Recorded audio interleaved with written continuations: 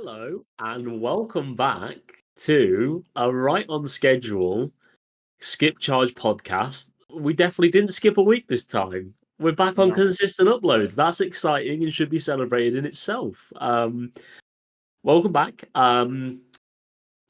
Pete, how are we? How are the vibes today, mate?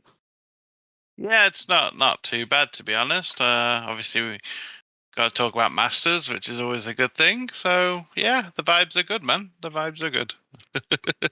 Lovely, lovely stuff. I'm just going to throw out there already. Like I've been studying all weekend. I've had another course weekend. And as you can probably tell from my slightly nasally voice, I have fallen victim to the glorious incoming winter here in the UK. It is already getting cold and rainy and miserable. My holiday feels like a distant memory.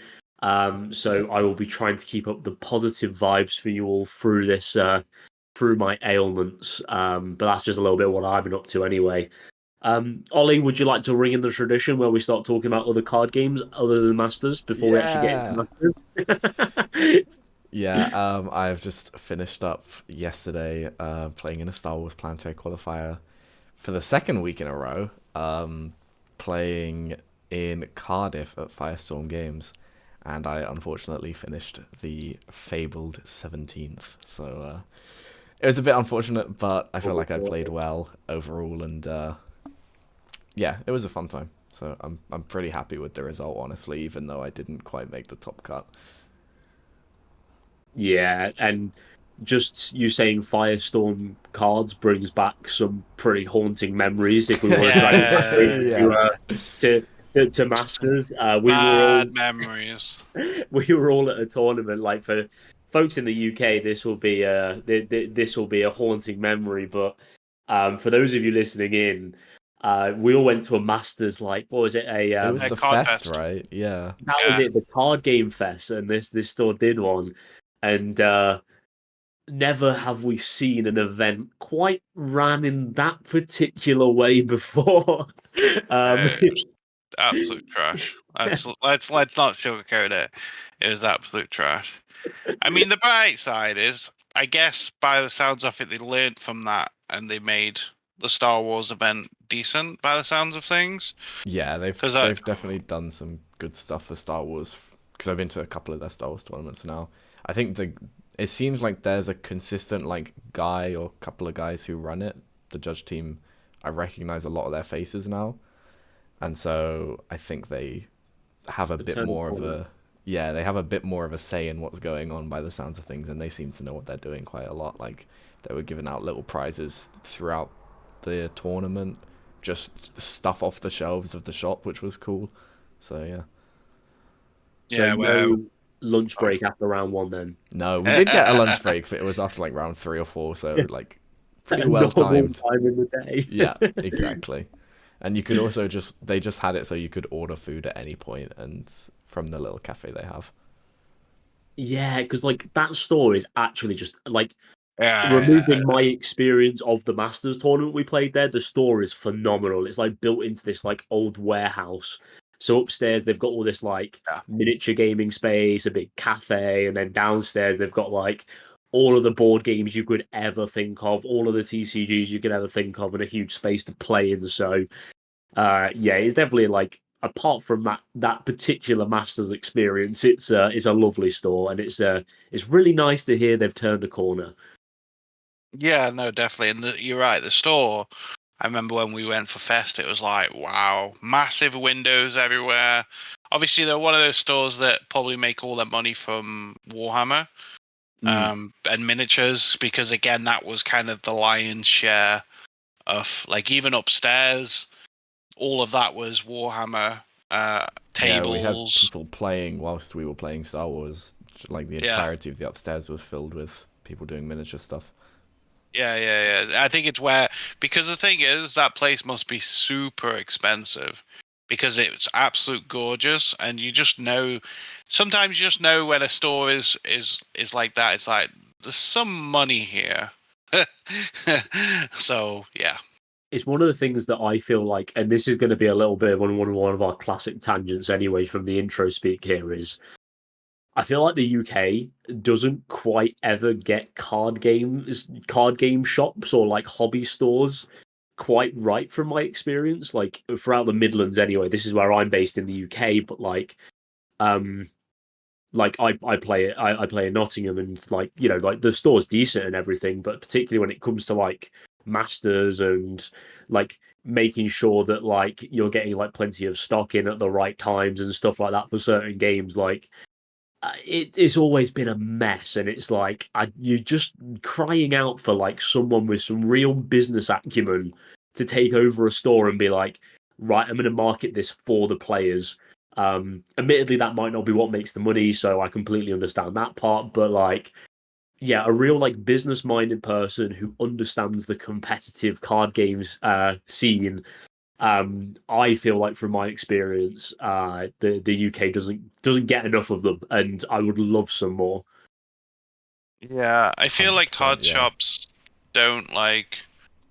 I don't think they really like try and recruit people, or at least the ones I've experienced. Like, it feels like they just rely on the people that walk through the door. Like I do see some videos like Geek Retreat, my local, or not. It is local to me, but I go to another one which is like Manaflux. But like one thing I will say about Geek, even though I don't go there, it's like I'll constantly see videos on my Facebook saying, "Oh, this is what we've got in stock. This is the tournament on." There's a few areas they do lack in, I will say, but like I want to see shops doing that more often. Where there's, I don't know, I don't, I could be completely wrong, but it doesn't feel like shops like try and grab people that have never played TCGs before and like go, "Oh guys, did you know this is a thing that exists? Would you like to like have a look at all the different types of maybe it's not their place to do that, and maybe it's more like with games like Locarno where you passively get people that like Disney go, "Oh, TCGs is a thing that I never knew existed," and then start going to play TCGs. Or is the ownership sometimes a little bit, shops are not doing as much as they could do? Again, that's probably maybe a conversation for another day, but I do think sometimes stores don't try enough, but maybe the money is not there. Like say maybe TCGs is like 1% of their revenue, but Warhammer or miniatures is 90% or whatever. They're gonna focus obviously on that, right? So I could be Mm. biased thinking, yeah, they're not focusing on trying to get TCG players, but that's because we don't make them any money. So they don't care in a nice way. Like they'll support it passively, but like they won't physically like try and do, I don't know, road shows or again, I don't know how it all works, but I think that kind of like links in with like and bringing it back onto the subject of our podcast in Masters. But I think it's a really good point. Is like that's where a lot of like the growth of the game kind of goes, because we've been going in for Masters for like 26 sets or so. And I feel like any hobby stores, you say like they'll focus on their miniatures if that's what sells them money. Sells them money. If that's what makes them money. yeah, Um, and in my experience as well, like certain shops, when they know like a certain TCG is making them money, like that becomes their like whole focus. And I'm not necessarily saying that's incorrect to do. You've got a business owner at the end of the day, but you know, that's what I'm crying out for, like a bit of a. I'd love to walk in a card shop and there'd be like a specialist in certain yeah, every game's got its own like focus and specialism, and I'm asking for a lot there, but like I think that really would like enhance the experience, and we'd also see a lot more growth in the game, especially here in the UK, where I feel like Masters is kind of it's getting back on its feet a little bit, but it's been down on its haunches for a while. Yeah, I mean, yeah. not having any events here has definitely been a bit rough, right? You're making Ollie go and play planetary qualifiers, guys. Give us I would like some planetary qualifiers, but for Dragon Ball, please and thank you. Yeah. Can What Fantasy Flight Games give us a planetary qualifier, but we turn up with our Dragon Ball decks? Like, I was We'd all gonna get say, DQ'd, but it would be so worth it. I'm doing it. I will say one thing before we perhaps get back on topic, but it's Yeah. kind of still relevant, is thinking about exposure and stuff, and that's a completely different. Like I say, it's an interesting conversation. But like I remember when Star Wars was first coming out, I constantly saw posts. Fair enough, I'm part of the certain Facebook groups, but I saw posts where they were going into shops to explain the game and teach the game. Especially Geek Retreat were very good with that, and that's the thing. It's like you say, there's no. You only go into a TCG shop if you're already in that kind of space. There's not like posters like, "Oh, learn about TCGs here," or like, again, maybe there's no money or no time for stuff like that. But again, maybe different shops are different. But I don't think I've ever seen a shop that felt welcoming in a sense of like, if I literally didn't even know TCGs existed and I was, let's say I was 25 walking past, I wouldn't know anything, like, unless I really was a curious person and thought I'd just pop in. I'm never going to know TCGs exist.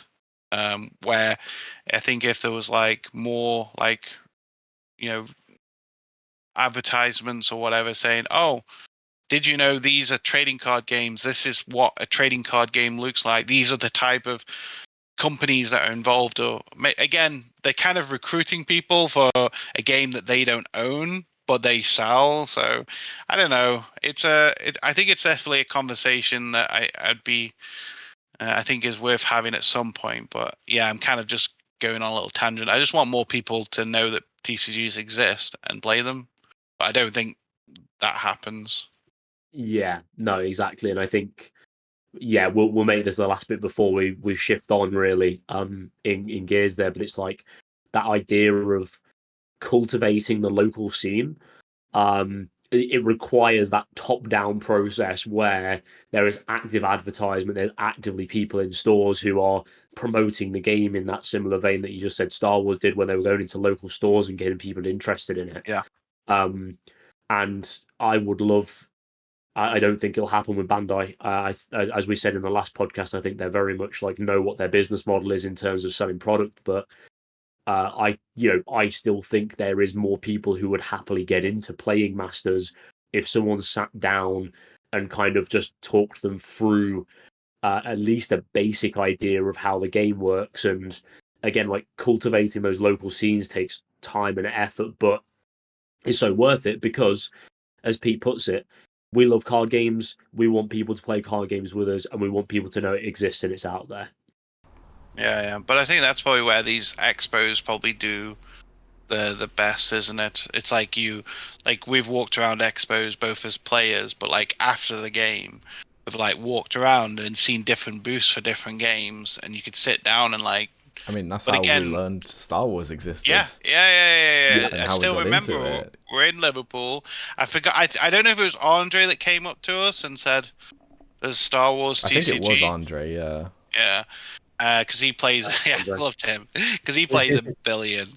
But like, yeah, because I think he just came up to us and the tournament, luckily, well, in some ways, luckily, because there wasn't many rounds, we finished super early, and because we spent the time, the travel to get there, we're just like, yeah, let's give it a go. We queued up, so to speak, and the guy who Ollie, not this Ollie, but Ollie from Star Wars.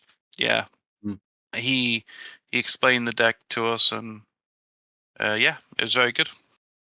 Well, yeah, exactly. So today's episode, everybody, we're going to start our processes for finals.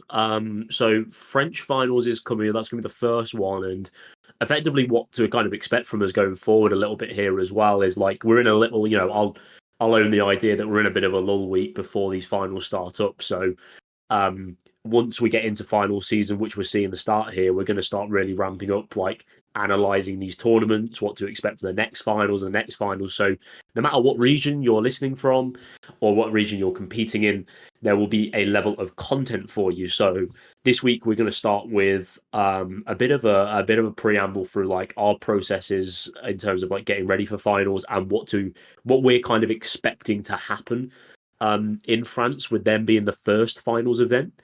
And then after that, I am going to try and sell my fellow gentlemen here a splendid bit of legacy support in Dragon Ball's Den. And I will say briefly on that point as well, we massively appreciate some of the feedback that's been coming in over the segment we did last week, which is your card design ideas. And what we've discussed is we're going to start moving that into the rotation as well. So we're going to go for a turn of each of us pitching our own legacy support. And then once all of us have gone through a cycle of it, we will once again, so it means at least on like a monthly basis, you guys get the chance to come to us with your own ideas, because we really loved going through your ideas. I think you guys really loved coming to us with those ideas and kind of joining us on the podcast in that regard. So that will be something we'll be doing with Dragon Ball's Den moving forward. Yeah, that was a super fun segment to go through last week. Yeah. I think we all had a great time discussing some of those. Yeah, just to see like what people's thoughts are, and some agree, some don't, but it was really cool. And again, there was some definitely broken cards, but yeah, some really cool cards. Yeah, and I love that concept. I love that people have got like, this is where the passion for the game is that people are so passionate about that like wonky BT 15-14 deck that they hold close to their heart, and they want to dedicate the time and effort into creating a really cool card design for it. So yeah, thank you so much to everyone who's been interacting with that and everyone who's been listening and enjoying that section of the podcast. Us three with our ideas will hope to bring it a little bit of justice, but you guys have definitely upped the ante in terms of what we need to start doing from a card design perspective. So, finals in France is coming up. Pete, you've got the date for us, haven't you? You've been our date guru. Man. For all the finals events. So, yeah. How long have we got to prepare our players for this event? We really do not have a long time. Is the short answer. Yeah, I've been keeping track on obviously all the finals events because I would definitely like to go to more than just the main one, like ours. But the French one is the one coming up first. That is on November the 9th, or the 9th of November, which is about 19 days away. So literally, it's just around the corner. I mean, in total, by this podcast in 3 additional weeks. So I guess a month from today, in a way. No, 3 weeks from today. Sorry. We'll be having the podcast with the results from France, and hopefully we're quite on the money with what we thought, and then we can then discuss the results from France, and then obviously we have other finals coming up. They're all spread out this time, which is really good, because obviously last year we had, I think it was France and Italy on the. No, they were meant to be, I think, on the same weekend, but I think one got changed, so it was a week after, if my memory is correct. But like Europe and Oceanus was basically the same weekend, at least. And it's really cool because what it basically means for you guys, it gives us a chance to like analyze each finals, and that's then going to kind of like have that knock-on effect to what's going to happen at the next finals, because that's always like we're going into a brand new meta. We've got no tournament results to go off. So this first tournament in France is going to really set us up for what to expect. Like, are we going to see the dominance of Kid Ku continue? Yeah. Are we going to see, like if someone in France has broken the meta already, that's then going to define how people need to build and prepare for their own finals as well. So there's some really cool and interesting kind of topics to go through here as well. Ollie, what's your kind of consensus here? Like, France is the first tournament. I know we did the tier list, and that should give people a bit of an indicator for our thoughts, but with your own kind of play testing underway, what are you expecting meta-wise from the first tournament? Kid Ku is the short answer. End the podcast. It's done. Thanks for tuning in, everyone. I think especially in France as well, because like previously in France we've seen, I think it was 2 years ago, there was a lot of Red Sin Shenron going around, and Gogeta probably as well. But I think Red Sin ended up winning it. and I can't really remember what happened last year, and I'm gonna assume that's because it was fairly generic, like U7 stuff as well. Android 21 won last year, I think. Oh, It did was Android 21 win? Okay. Alexis Lundqvist, right? Yeah, Did Android Yes, 21? yeah, that does ring a bell, yeah, actually. yeah. Yeah. Well, funny enough, as we're talking, I'm going to try and find it out of curiosity, but yeah, Yeah. carry on. Okay, that's fair enough then. I was gonna initially say that it seemed like France kind of stuck to the meta, but maybe with the last year's results, that changes my opinion a bit. Yeah, because Bruno came. I want to say he came second with U7. I think first was 21. I think that I I want to say recognize that that was result as well. That makes a lot of sense. the. But I still think we're gonna just see a load of Kidku. Like that's how the meta is shaping up to be. Probably a bit of Nuova. It looks like it's gonna be one of the best yellow decks at the moment. Maybe U7 is better. I've not really seen it in action myself that much, so I don't know if it has like a good Kidku matchup or anything. But yeah, that's kind of what I'm expecting. Like Kidku and then some form of U7 or Nuova as like secondary because they're decent yellow decks and they seem to, well, from what I've heard, they seem to do well as a Kidku. Yeah. I'm starting to see like a few of like, and this is purely based on like what the conversations with players are and like what you're seeing on like content videos that people are playing as well. Like this is literally like the very granular detail we've got to go off to try and figure out what's happening here. Definitely hearing a few people talking about the we ranked it in tier A, the Gohan Goku yellow leader. I'm hearing a lot of murmurings towards that. I'm hearing a few players being very interested in that, and it'll be great to go back and roast me and Ollie on the old spoilers video when we were sat there telling you that it was it looked like dog shit. But there's a I'm seeing that from like the latest set, because like I think in the tier list video we're very adamant basically that a lot of the good decks stay good, and some of the stuff from the new set kind of starts to get across the boundary, but not quite to the same level that that Kid Ku's on at the minute.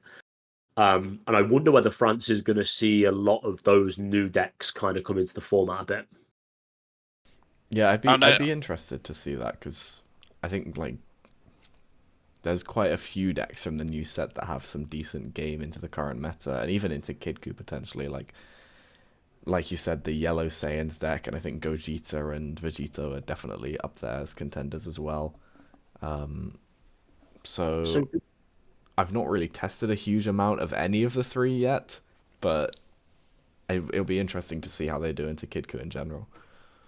Yeah, so Gogeta's a really interesting one because I've played a couple of locals now with BT26 out, and Gogeta, we don't have many players, but Gogeta's definitely the most popular deck coming out of there, and to that deck, Explosive Dance is like non-existent. Like doesn't matter because in fact, one of my friends and teammates, Adam Porter, actually mentioned to me that Explosive Dance actually helps if they activate Dance. Like it actually helps you because you need a way of getting the Gokus and Vegetas back in the drop to Z energy them. So when your opponent dances you, you're like, oh great, you just gave me more like more stretch and more damage on board, and like you're allowing me to actually play more because before I'd have to use my Z deck to and my energy to try and like get these guys back in the drop to union fusion them again. But now you're just giving it me for free, so thanks, buddy. And that's really interesting because I know we ranked Gogeta as like a B, and yes, the deck isn't quite the power level I thought it was in terms of its aggression, but maybe the play into any of the top red decks being able to just, their only big line of defense being that floodgate and dance, being able to just make that obsolete and swing through with that pressure sort of turn 3, turn 4, it could be something that could get pushed up the bracket a bit as well. I'm not gonna lie, if we put that as B tier, I think we made a mistake with Gogeta. So I don't know. We're lying on you, Pete. No, maybe I don't know. I have done a lot more testing since then, so maybe my original thought process. But if you said to me B here, I'm like, no, it's not B. It's high. It's better than B. But yeah, so like I think I think that's the problem with, well, not the problem, but that's the thing with tier lists as well. It's like, just like everything, opinions. It's like that's your like your view at that point. But then as you test more, and then you realize, oh, this is a weakness I can exploit, or whatever. Then you sort of see the chinks in the armor, so to speak. Also, so I've got a bit of the history lesson actually for the old finals, right? So these are the last two finals, right? Some of these decks, man, I forgot how old these are. So we'll go back to the 2021 because ours was a bit different. So we had one. So I remember how bad this was for us. So we had BT14, but every other finals was BT15. Hey, that's a long time ago. Goodness. Yeah. But anyway, so for Europe, Gogeta won, and then second was Jiren. Then in US, we had Andrew Duval on Icarus, and we had Lopez on Android 16. Then we had Italia, which again was Icarus, so yellow, and Thin coming second. I don't remember that at all. What, Yellow Sin? Yeah. Okay, let him cook. And this is not the pan aggro stuff or anything like that. This is like main decking the Meki Unison and like, you know what I mean, like actually going like late True game. and honest Yellow Sin Shenron. Yeah. Asia was again Higher Dragon first, and then second place was Broly Starter, which I'm sure is probably why Poe probably took then that to Worlds, because I think that was his Worlds. And then Latham, Hatch won. I don't remember Hatch winning any finals. Yeah, that's such a wild one. I mean, this was during COVID, right? This was the Yes, year of the webcam. 2021, yeah. And then second place was Launch. Like, what the hell? Wild. Like, I don't remember any of that. Yeah. And then the last two of 2021 was again Gogeta, and then King Piccolo was second. That was at Oceania. And then the last one, which is French, which is kind of going back to what we were talking about a little bit. So this was Sal Surge, first place. So yeah, good old Sal Surge. And then second was Higher Dragon. Now, if my memory is correct, I swear Higher Dragon was pretty good into hand control as a whole. If my memory is correct, it's been a while. Yeah, they drew so many cards. So many cards. Yeah. And they had all that anti-hand control stuff was out then, the Dabura Richlet hand and the yellow one. The Gohan came out BT14, right? The yellow Gohan. I think so, yeah. So and then I remember at Worlds Duval siding all 8 of those for Cell Surge. And then lastly, last year's one, so 2023. Because it's weird when I say 2023, because obviously the way the finals work. But anyway, this one, because I think I might have skipped one, I don't know, but I'm going to go with these. So obviously for Europe, this is the one where Ivan won with U7. And then second place was U7, third place was U7. So yeah, U7 was all around and not Jiren winning. Then we had Oceanus, which was U7 first, and Gohan second, and then Jiren, and then a U7. So, and another U7, and another U7.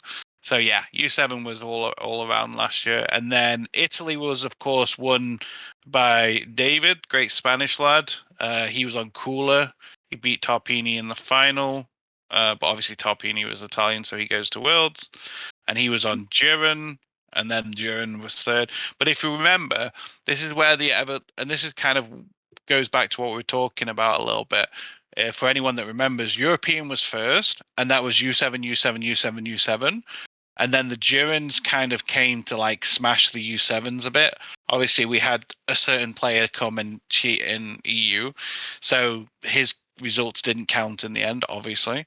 And then obviously what we saw with with this one, for example, with the Italian one, it's gone from U7, U7, U7, and like Gohan or whatever, to Cooler, Jiren, then U7, then Fu and Sin and what have you. Yeah. But this is where we saw then the implications of Jiren being like, oh, actually, it's a legit pick. The big difference between last year and this year, though, is the amount of time we've got to prep between events, because again, they were very much within a month period. I think the Italian and the European one were within a week or two of each other.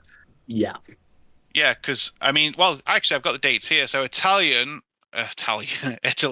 was December the 17th. The French one was December the 17th. So yeah, they were on the actual same days. And then Europe, why can't I say? Oh yeah, it's here. The Europe one was December the 10th. So literally a week in between.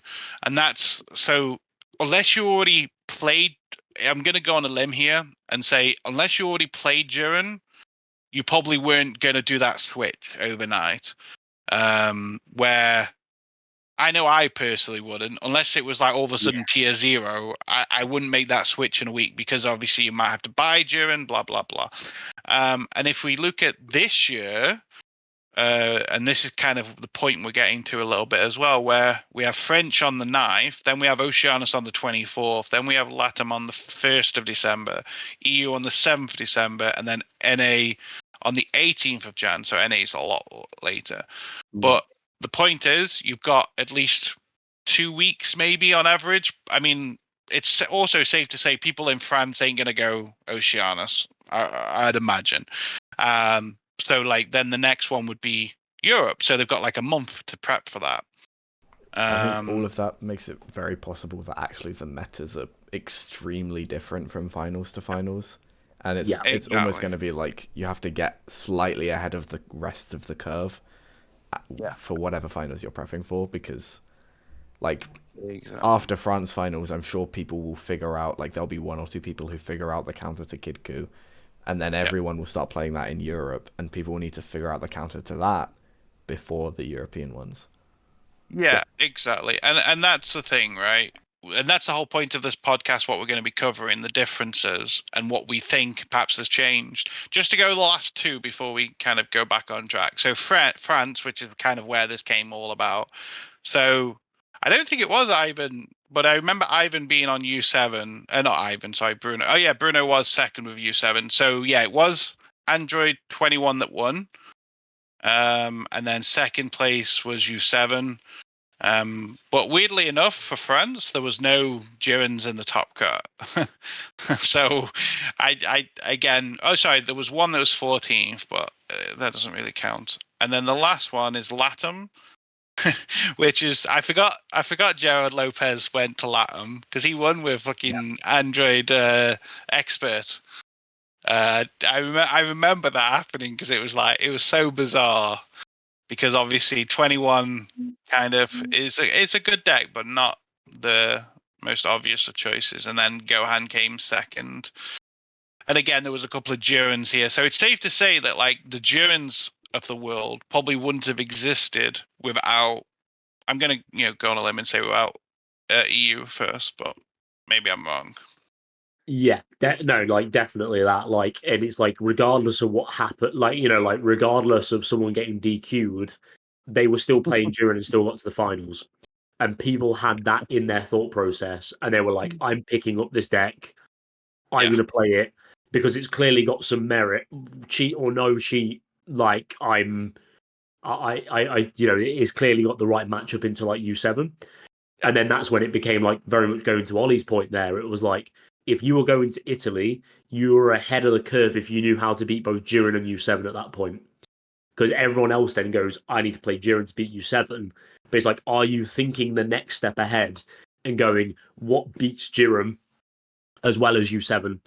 Like, what beats Jiren, but also, like, because you might not have the magical answer to, like, what beats both decks. But, like, what beats Jiren most of the time, or what beats U7 most of the time, and Jiren like a decent like 60-40 or 50-50. Like you have to play that a lot of the time into like your thought process when you're building a deck out for the tournament is like, can I, even if the matchup's unfavorable into certain decks, can I still win that matchup?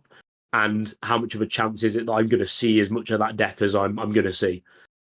Mm-hmm. And I think often the issue with that comes that generally there is an answer to that question. Generally there is like a deck that can counter at least one of the best decks, like the top deck in the format.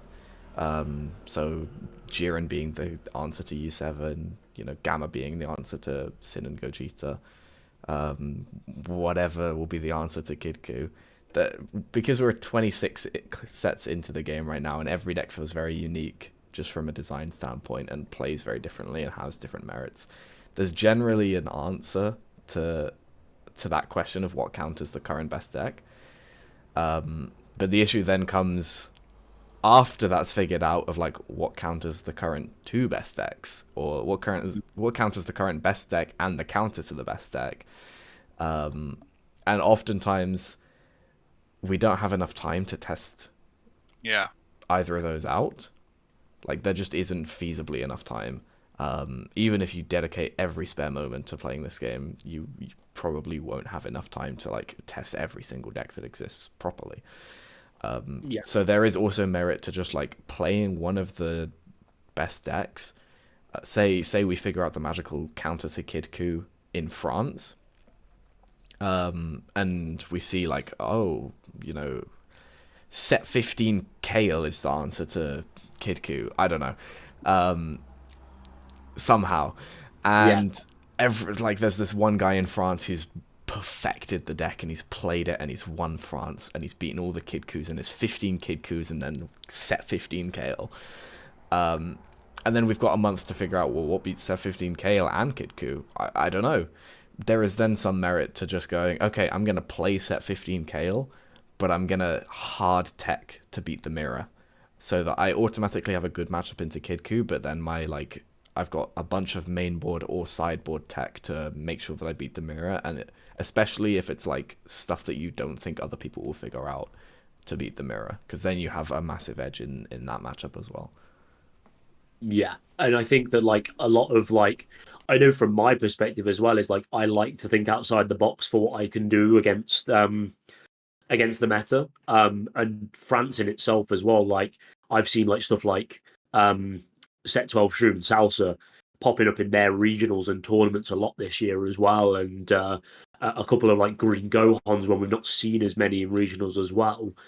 And there's that concept there where it's like you can make your deck perfect for the Kid Ku matchup and the set 15 Kale matchup, and you can go into the tournament like that. But the amount of tournaments you play where you like Kid Ku's the best deck, and you play two of them in an 8-round tournament because everybody is turning up with their own perfected idea of a deck which is teched against the best deck. So you're sat there, you go to table one and you're like, don't worry, my Cooler Unison brew is going to win. And you play against set 15 Kale and you're like, what? Oh, how has this happened? Where's my Kid Ku matchups I'm teched for? And I really feel like there's a lot of merit. And I think it's starting to become quite an obvious point for card games, but I will reiterate it is you are going to do better with the deck you've put the most reps in with, regardless of where it stands in the meta. That set 15 Kale dude who has spent hours and hours playtesting and knows everything the deck's going to do, he is going to perform better with set 15 Kale than he ever will do with Kid Ku, regardless of the power level.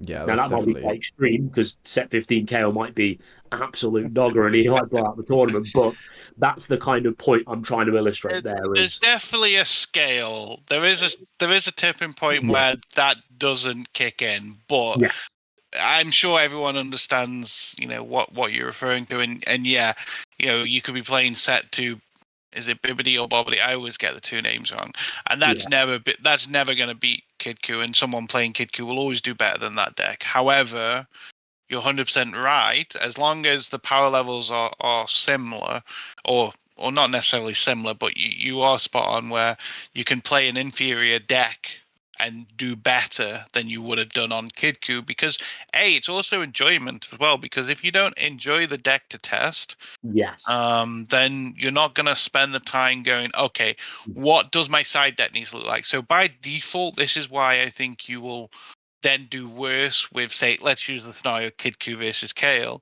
Let's say you're absolutely in love with Kale, you got statues of Kale, you love everything about the deck, right? And the character. Sorry, I was just thinking about Golden Freezer for a second.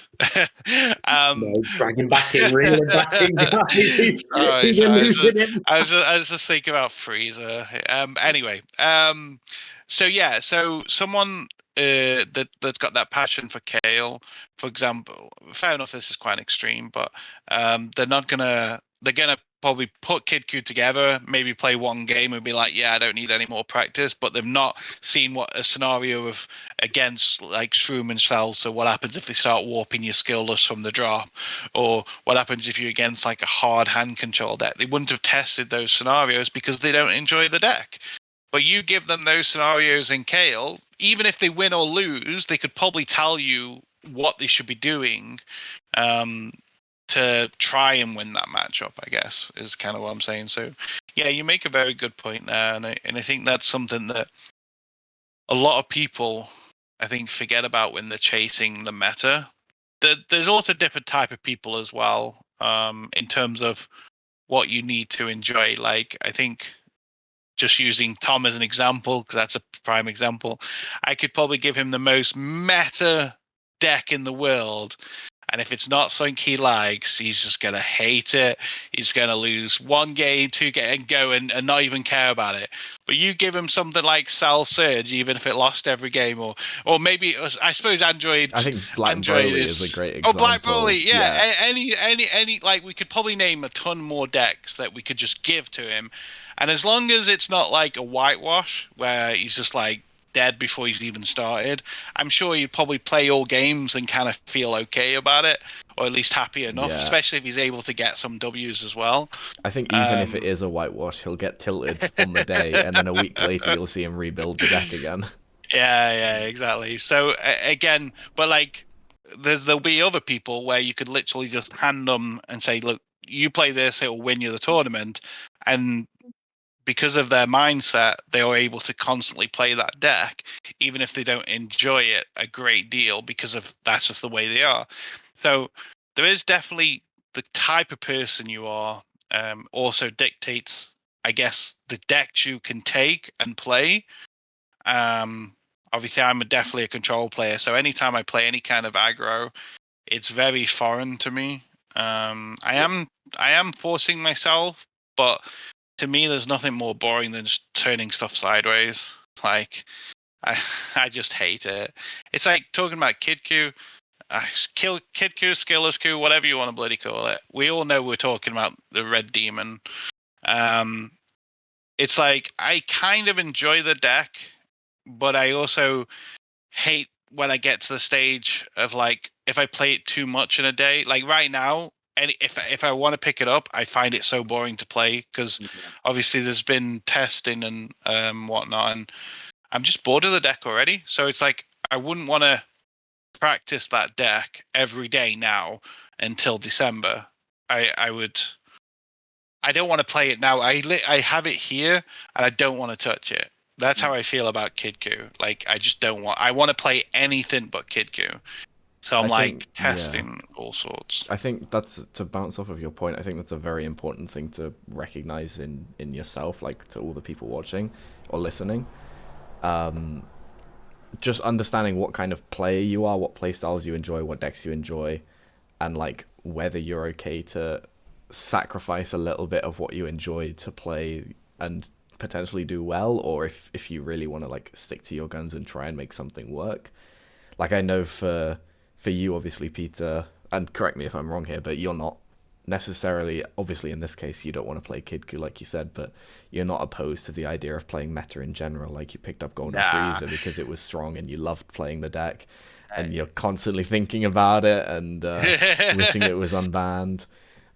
Whereas a player like myself or Tom, like, we hate playing meta to our core. and we'll pretty much do anything that we can to avoid playing it, as long as we can like either counter the meta or even just like show up with something we'd enjoy more. Like, I'm genuinely considering bringing Blue Bojack to finals. If I can't find a deck that does well into Kidku, then Blue Bojack is going to be the deck that I show up with, because it's fun to me and that's what I play for. So even though I might not necessarily win the whole thing with it, I want to enjoy my time there, basically. Yeah, you are right, because I did that. Obviously, I mean, I might have said this story before, but I did that before, like 2 years ago, where I showed up with Thin. I spent so much time practicing like blue, because that was my favorite color at the time, and I just wanted. I tried everything, every reason, every tournament I did that year. I took Janemba, I took SS3. Goku. I took every blue deck other than, and I didn't want to touch red at all, because again, I hate the color. And I probably said it a million before, and I'll probably say it a million times later. Obviously, it took Mikey just to talk to me about like Sin Control, and I'll always joke about it. But it made me enjoy the concept of playing Sin, and then I ended up taking Sin to finals. And I made day 2. But I did that a week. Well, on the Monday, I made that decision. So I tried all the way up to the weekend, if you like. I remember I was with Team 9 Life at the time, and I spent so much time, and I just had to come to the realization, if I want to do well, I can't. Obviously, at the time, I didn't test Gamma because nobody sold me the bits. I put a post on TCG, on the Dragon Ball group. Nobody sold me bloody Gamma, so I didn't have the opportunity to test that, which obviously Ollie took and won with a little bit. But yeah, I made that decision as a player, and luckily, I found a way to enjoy that quote unquote boring deck. So I loved it. I like, even now, if you gave me Sin, I would enjoy it, because I'm thinking of could Sin Control and the conversations me and my friend had. So I think that's also important. I think if you do have to make that decision to go, okay, I'm forced to play this deck, ideally you need to find a way to enjoy it. I didn't want to play SS4 at that time, because I thought I didn't have any enjoyment, and I didn't like the play style. I thought it was too complex in terms of arsing around with all the little bits and bobs. I just couldn't be bothered with it. And I didn't like the deck, but at least Sin I found I enjoyed, because of Dragon Balls, which are cool, and the minor scene effects, and it was Shadow Dragons instead of Goku, Vegeta. So yeah, that's one piece of advice I will say, that I think if you are forced to play, let's say Kidku, find something you're gonna enjoy about it to make it to make it at least easier. And one thing I will say there as well, like, thanks for sharing that, Pete, is like, there will be players, and don't feel like we're kind of we're getting at you here. Like, people enjoy playing Kidku, and that's absolutely fine as well. Like, if your enjoyment for the game comes from, like, I've spoken to people who are like, I love the series. The Red Kidku deck reminds me of like the first time I was watching the first Dragon Ball series. The mechanics are really cool to it. Absolutely fine. And that's where it's like, doing well, and having enjoyment, like you have like kind of like the mental game of it. But like, if you enjoy doing well, then you kind of come to terms with the idea of like, this deck is going to do the best job for me, because I know what I get my enjoyment from is doing well in the tournament, and that's absolutely fine. That is perfectly valid. And the same way that, I don't necessarily get my enjoyment from that, and that's fine as well. But I'll get my enjoyment from turning up with Green Cooler for the 15th time, and that's where I'll get it, and I'll focus on the deck and build it in that way where it counters whatever meta I'm in. So that's really that's a really nice message to give out, I feel like, to the listeners and the viewers. There is like, just focus on the enjoyment of what you're playing, regardless of whether it's meta or not. The rest kind of comes in time. But as Pete also says as well, like, if you end up going down the meta route, find something in the meta that makes that experience still enjoyable for you. Like, I had a very similar experience to Pete, but I didn't quite click the whole Sin control bit in. I played Sin and I hated it, and it made me really like miserable about playing the tournament for 8 rounds, and that then became really evident in my play, because as soon as I lost a round, it was like, oh, playing this really like this meta deck, and oh, I just don't really enjoy playing it, and then that impacts the rest of your games for the rest of the day. So yeah, absolutely, really love that message of just like, when you're preparing for finals, take the meta into account, take into fact what you enjoy, find those two ideas in the middle, and build something that works for you fundamentally, because you're the guy who's got to play the deck. It's no one else's responsibility. You're the guy sitting down with the deck, so you've got to fundamentally be happy with your experience for the day playing that deck. I think another really important thing to have, for myself personally, I've valued it quite a lot. Obviously, you want to have like a good group that you can test with consistently, but I think just as important as that is to try and find somebody else who has some sort of experience on the deck that you are playing or like are looking to try out. And it can be like even bare bones experience, like they threw it together when it came out before it got some sort of new support and used to play it back in the day but haven't played it since it got power creeped or something like that. Or just someone who's also planning to take the deck can be especially helpful, because you guys can bounce ideas off each other. They might have found something that you're missing. You might be able to like work on stuff together and just try and figure out that 51st card that can come out the deck or something like that. And also like learning different matchups. And if you don't know someone like that, but you see that the deck is like topped in a recent event, then see if you can find a way to drop that person a message if you've got like a question about a matchup, or like particular differences that you're interested in, or if you've got like some cute tech card that you think could be the meta breaker that they haven't got in their list, and you want to know if they even considered it, or if they just think that it's trash, or they think it's just something that they completely overlooked and didn't even know existed. Like I found for myself, that has been massively helpful, both in the run-up to tournaments earlier this year and more recently, and last year as well. Like when I played Expert 21, I think that's the most preparation I've ever done for a tournament, for those 2 UK in-person events, and I managed to win both of them. And I would never have done that much preparation if it weren't for Tom also playing the deck and initially getting me into the deck. Because like we spent hours on Discord calls just with a spreadsheet up going, okay, we've got these matchups we need to beat, and we've got 15 sideboard slots. Is there anything we can cut from main to try and fit some more tech in for these matchups to try and like even out the space?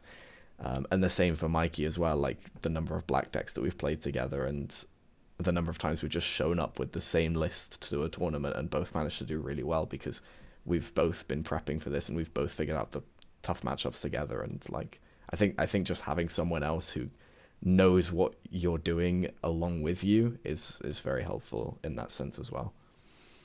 What's really nice there is, and it almost links us back around to like the very start of the podcast where we're talking about cultivating a local scene, is like this idea of cult, like, because I think the Dragon Ball community is like actually very unique in this regard, where there is so many helpful, very clever minds in the game as well. Like there is people who will happily take their time out to sit there, and because they're so passionate about the game, they'll take time out to be like, oh yeah, like this is the deck I'm playing, it's the text, etc., and like really talk you through the process. And as you start to form some of those very like-minded groups, playtesting becomes really a really pleasurable experience, as opposed to something that you feel like you got to do in preparation for a tournament. Having different mindsets and different players as a part of that as well is amazing, because you'll see different perspectives on how to play the game. And an aggro, like as Pete was saying earlier, he was talking about like he's not really an aggro player. It feels like it's really weird to play, but he's a really talented control player. So being able to draw from a network of players and go, I've got a really talented control player that I can test my control matchups with, I've got a really like talented aggro player. I can do playtesting with that person as well. You draw in all of that knowledge and experience, and I think that's like really effective preparation for a tournament. And then you start looking at the different personalities there, like the aggressive players are going to have a lot more of a balls to the wall approach to playing the game, which is really good to know if you're someone who sits back all the time and you lose games because you don't go in on the right turn. Likewise, the personality of a control player is a lot more reserved and a lot more resource heavy. But they could learn from an aggro player when the right time to push is, because they might try and go too late into the game. So both personalities and deck types, forming those as part of your community when you're playtesting for a big event like finals is really, really important. Yeah, and just to expand on what Ollie said as well, I think it's always good to obviously try and reach out to people, especially like if they're playing a deck you kind of want to play. But I would highly recommend, just approach it correctly as well. Like shout out to Ivo from America. I reached out to him and spoke to him about Hatch. I've played Hatch a bit before, but this was when it was the Ghost Warrior stuff, and I thought, oh, maybe Hatch against Kidku. Obviously he plays it, so it's safe to say he's probably one of the most experienced people to talk about with it. And then I can talk to him about the other matchups. And he was kind enough. He spoke to me on voice, and we had a conversation. Short answer is I'm not playing Hatch for anyone that's listening. I'm definitely not. It's I've played the deck, and even though I love Control, Hatch is boring. Boring deck. Absolute boring. You know Hatch is bad when the control player is telling you it's a boring deck. Yeah, and no shade shout out, to Ira, because he obviously loves it, but I must admit I tried it, and that's the thing, right? You can have a conversation with these people and maybe learn something. And like you say, worst case scenario, just like anything in life, they say go away or they just ignore you. But I would recommend just obviously making sure you approach it correctly. I just, like with me, I just put, hey bro, hope you don't mind me DMing you. And then I rolled into the conversation of what I want to talk to him about. And I think that's always a good thing. It's like you could look at the who's winning events. For example, so let's use Kidku as example. If you're an American, it's quite or anywhere. But if you wanted to keep it within your region, something like Kidku, you've got the line. You got to pick from literally one person or multiple people from each region, so you don't have to. Because again, different metas, different cultures. So like if you're in America, die-hard fans on these decks as well. Like yes. There'll be people going back to the set 15 Kefla example. Or Kale, if you figure out that that's the deck that beats Kidku, and like someone in America who has played Kale since it came out, they'll have the reps. You can just drop them a message and exactly. Yeah, well, it's like with Freehand, isn't it? I apologize. I don't remember his name exactly. I know I met him in Germany, so I know what his face looks like. But obviously he's a diehard freehand player. He even beat me with it when I was playing I've been meaning to find that guy and message him myself actually to try and figure out how freehand works with the new stuff.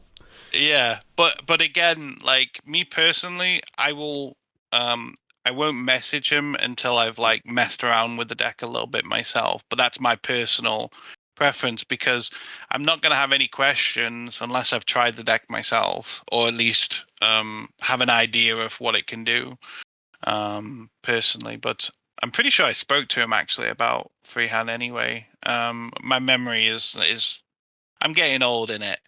So my memory is hazy, and I play too many TCGs. I play too many games. I don't remember everything. So apologies in advance, but I'm pretty sure I've spoke to him a little bit about freehand already.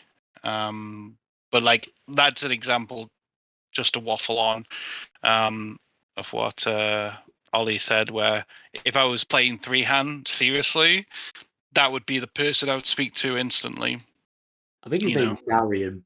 Darian, if you're listening, buddy, my boys need some help with 3-hand. Drop it in the comments below. There you go. Just create a podcast, and then you can get the people come to you. Like, yeah. The thing is, me personally, I'd only reach out if I was testing 3-hand and I felt like it was a good deck. Then I'd be like, okay, I'm struggling into this deck. What can I do? And then hopefully they have an idea. Or like I messaged a certain Invoker player today and just seeing if he's struggling with Kidku as well. But unfortunately, he doesn't have the new cards yet, so I haven't really got a response yet. But there's things like that. Regions there as well, Pete. But yeah, with any deck, like I say, I've done it with Hatch. Sometimes people message me about Janimba, and I'm normally helping anyone out that messages me. So yeah. Are we in a good place to sum that up and then move on to Dragon Ball's Den? I think so. Fantastic. So I will just very briefly summarize. As you can see, my voice is kind of giving up on me a little bit here, which is why I'm keen to move on. But basically, there's a lot to be said in building yourself a great network of players and people who are like-minded in the game that you can bounce off ideas and enjoy the game with. Finding the right deck for you, not necessarily the right deck for the meta, but having that understanding of what your meta is going to look like, bearing in mind multiple results leading into your finals event. I think they're the three main points that we've hit on there. If you guys would agree. Yeah. Incredible. So we're going to move on to, and we're not going to have a second segment today after Dragon Ball's Den, but we are going to move on, and it is going to be my chance to pitch an idea. It feels like ages since I pitched my last. I think it was a Radix idea.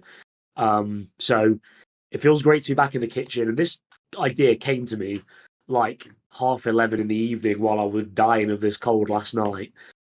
Thinking I need to get to sleep, and then I was like, I haven't thought about an idea for this episode, and the most bizarre ideas come to me, but like I'm actually really excited about this, and it's a really, really bad leader that this is linked to.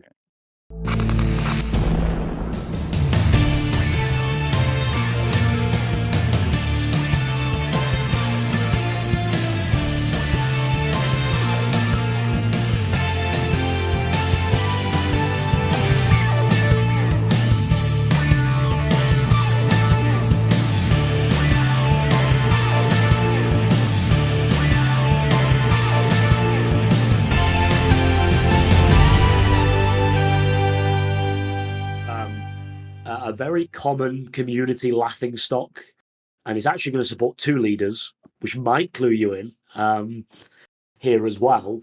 It supports two leaders, and it was from BT16. It is a pair of green leaders. It's a very infamous combination of BT16 Beerus Victory at All Costs and Champa Victory at All Costs, and this card is designed for both of the decks. And I kind of took a lot of inspiration from our submissions last week in terms of taking some of these ideas and really seeing how far we can push these decks to get them as competitive as possible. You're gonna need a lot for this one. I'm prepared. I'm ready. If I last out, so it's 2 minutes in it. Mm-hmm. Okay. Look, you can tell he's ready to like speak. He's just like a big gulp of water. He's all refreshed. Loosen the throat up. He's gonna spit as many words into 2 minutes as he can. Exactly, just to sell it. Okay, so 3, 2, 1, go. So you've got a green Z leader for 1 Z energy and 0 energy cost to Z Awaken on top of either a Beerus or a Champa Victory at All Costs. It's called Beerus and Champa Victory at All Costs. Pretty obvious title there, really.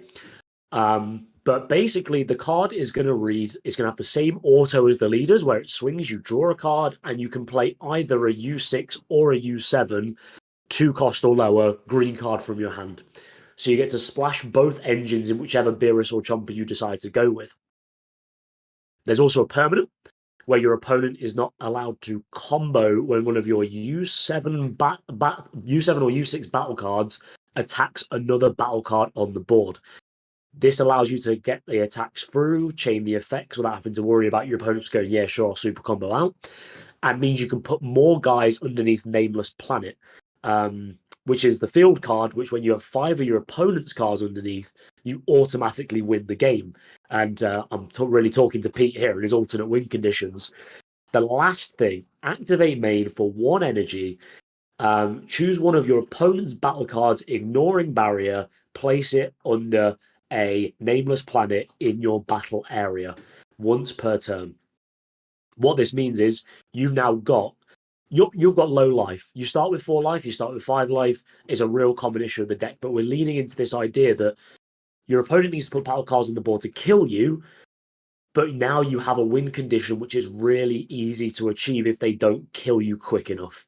So you don't have to worry too much about making sure your attacks hit all the time, but when you do, you can make them successfully resolve, put guys underneath the planet, and also just pick one of your guys, ignoring barrier, put it under the planet. Because all the guys 5 can attack the seconds. guy inactive, but if you've got barrier, they can't attack the guy inactive. So you need barrier removal. Done. Oh, Okay. It's definitely fast speeds. Yeah. That is an interesting card. I definitely like the approach to it, and I like the unification of the 2 decks.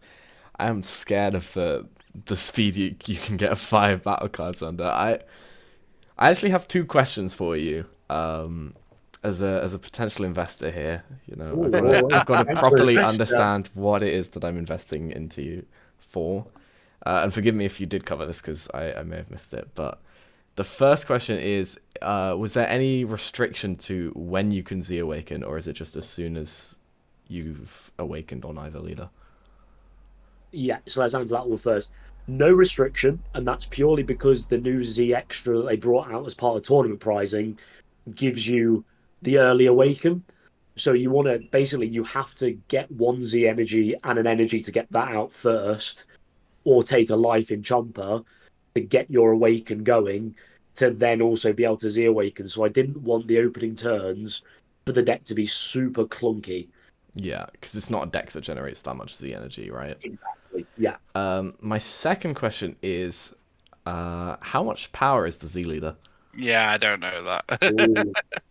I forgot to mention that. You're absolutely right to ask it because it's a really important facet of the card. 25k base Z leader. Oh, okay. And you can see I'm leaning into the idea that we're making these cards as powerful as we possibly can to get this deck into the meta conversation. You're already a 15k on the front side, 20k on the flip side. 25k gives you that survivability in the format because being a 20k leader, in fact, even being a 25k one with Kidku running around, barely matters. So let's give this deck something. Okay, thank you very much for answering those questions. For that reason, I'm out.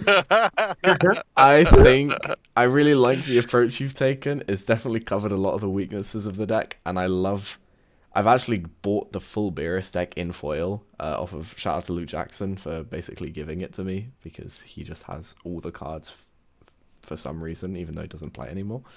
UK legend, Luke Jackson. But he just sent me the foil Beerus call because I was going to play it one time for a fight night. Because I also love my alt wins. Lesser known than Peter, but I am a big alternative win condition fan.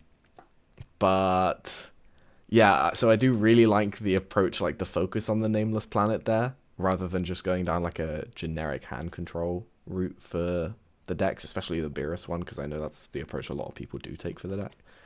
With like the Piccolos and stuff. But I understand that the decks start on 4 and 5 life, but at the same time they do have Dormant, and they are getting that 5k buff on their front and back side. I think going to 25k as thematic and maybe necessary as it is, I think I'm scared that that's too strong with the speed that you get the stuff under the Nameless Planet as well with the skill. So, because I think I can see it being potentially like 2 cards per turn. I think up to 2 cards per turn is pretty reasonable, if not 1. There is the argument that your opponent just like doesn't play battle cards and then you can't win, but then you're still 25k base. They're not swinging through The that. really cool thing about that, right? And it's not going to help you And- invest. In fact, it's going to make your decision easier. I was gonna say It's there's the the one little that looks referee at their guy. Yeah, Plays the dude to their field. yeah, the referee guy does play a guy to their field, so that doesn't even matter so much. So yeah, I think because you can potentially speed it up to like a realistic 2 per turn under the field, if not more. Because is the Nameless Planet to go under? Is that once per turn or anything? I don't really remember. Or is it just every battle card that dies from your skills? I think it's once per turn. I'd have to double check. I did look at it. I'm reading it now. Yeah, it is once per turn. Oh, okay. Well, yeah, even still, just like 2 cards per turn, starting from like what feasibly turn 2, turn 3, when you have access to Dormant and you can live out a lot of early swings from your base stats, plus then comboing out on 25k base is like, yeah, I think I have to withhold my investment, I'm afraid.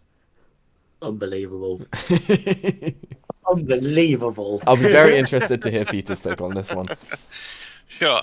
So it's funny. I was making small notes while you were originally explaining it, and I put a question mark on the cost because I'm like, can't we do 3 on the Z?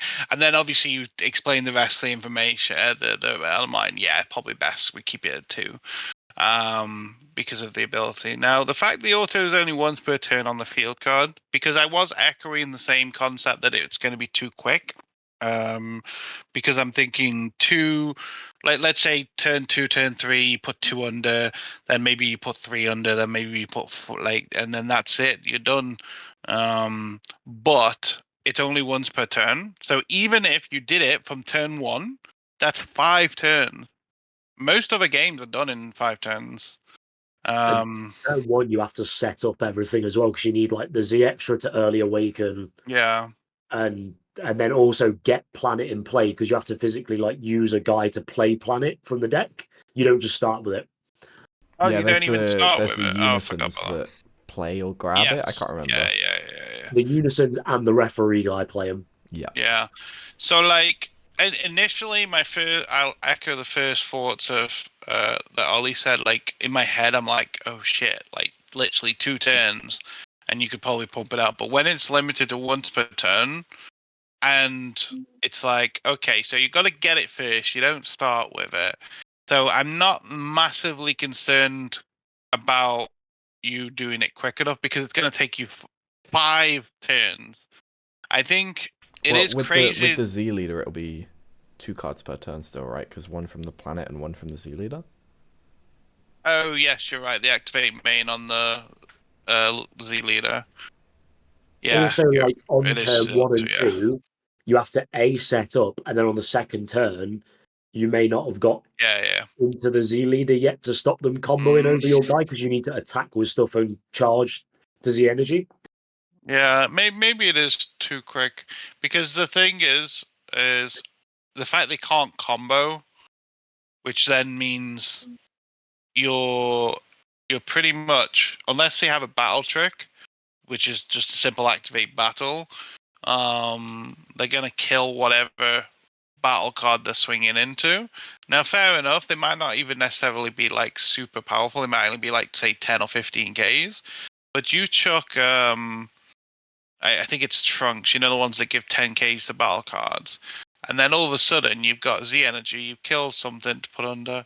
So I think it is going to be too fast. I forgot about the one on the Z leader, to be fair.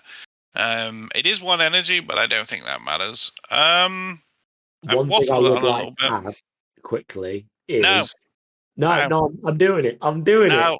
No, you've had your say. The battle cards can attack guys in active if they haven't got barrier. If they play a lot of barrier cards, you get slowed down to 1 at a time. And also, Z cards can't go underneath the field. So you have counterplay going into the Z deck. I'll say my opinion. So I think I'm gonna go with Ollie and say no to invest. The reason being is I feel like it's too powerful on one card. And even there is also scenarios I'm thinking where you ditch the whole alt win condition and you literally just use it as a 25k good stuff deck potentially, because 25k is huge. Now imagine a world where you maybe go blue green and then you chuck a bean on there. Like what? Like so there's I think it's too open. But I love the idea, but I think we needed to spread that power level over 2 cards. Yeah, no, Personally. I see that. I see that. Like, I think because the deck is so underpowered, I wanted Yeah, you something went with one it. extreme to another. And I think the obvious place people would go with it is like, oh, just play a Z extra card or a Z battle card that puts 4 life from the top of your deck in there, so it plays like a normal deck, and that's like, sure, but that seems a little bit unimaginative for my liking. So I really like the idea of playing into the urgency of it, and that alternate win condition is always a lot of fun for players. But Yeah. Dragons, I accept your judgment and I understand why you won't be investing. Next time, I'm gonna get you though. Another idea you could, I'm thinking about it, is you do the leader where you're able to like redo from underneath the planet. So like maybe take away the activate main bit, but have it where it's like a passive like life gain potential if I you did need it. think about rejuvenate, to be fair, in there as well, Yeah. like some kind of like running rejuvenate, so you can keep on topping up your life. But that deck's sick, man. It needs something better than this Z extra. This Yeah, horrible. it is a very cool set of decks. Yes. I like it, but I do think it would be a bit too fast. But it's great. I think it's like when you combo like the 25k as well and the extra speed. Yeah, I think it's a little bit too much, but very good card. Very good. So that draws us to a close. Thank you so much again for tuning in and listening to us today. A little bit of a shorter one than we're normally used to putting out there, but as I said at the beginning, we're in a little bit of a lull before finals well and truly kicks in, and we can start picking up on a few of those trends as well. Any closing thoughts from either of you guys? I don't think so.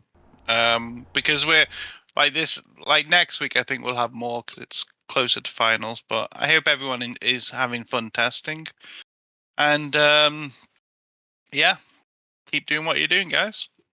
Yeah, exactly. Keep letting us know what decks you're testing in the comments. If there's any Set 15 Kale enthusiasts out there that are gonna give us the secret spice as to how to beat Kidku, then definitely drop me a little Deck Planet link there, because I'd appreciate it. Being able to play something blue at finals would be lovely.